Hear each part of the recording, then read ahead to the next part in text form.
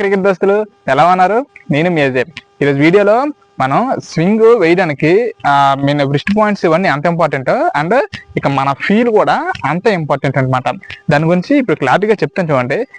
ఇది new ball అయితే okay, but ఇలా semi new year old ball అయిన తర్వాత అసలు మనం ఫస్ట్ బాగా ఇంప్రూవ్ చేసుకోవాల్సింది, ఫాస్ట్ బౌలర్గా ఈ బాల్ షైనింగ్ అనేది మెయింటైన్ చేయాలన్నమాట.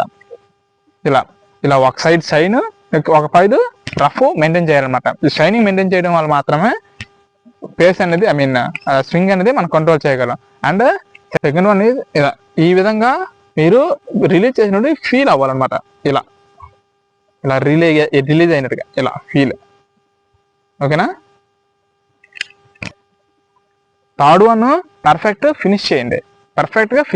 ఫినిషింగ్ అంటే ఇలా ఫినిష్ అనేది ఇక్కడ రావాలి. ఇలా ఫినిషింగ్ అనేది పర్ఫెక్ట్గా చేయండి. ఎందుకంటే మన ఫినిషింగ్ ఈ సైడ్కి ఇలా చేసాం అనుకోండి, ఒకవేళ మీరు స్వింగ్ చేసినా ఆ పడి మరీ భారీగా బయట కట్ అయిపోతుంది, స్వింగ్ అవ్వదు. లేదా పర్ఫెక్ట్ చేయకపోయినా రిస్ట్ పాయింట్ అనేది మీకు పర్ఫెక్ట్గా ఉన్నట్టుగా చూడండి. మీరు అక్కడ రిలీజ్ పాయింట్ వచ్చేసరికి ఇలా ఇలా ఫీల్ అయ్యేటట్టు మీరు చూసుకోండి. ఓకేనా?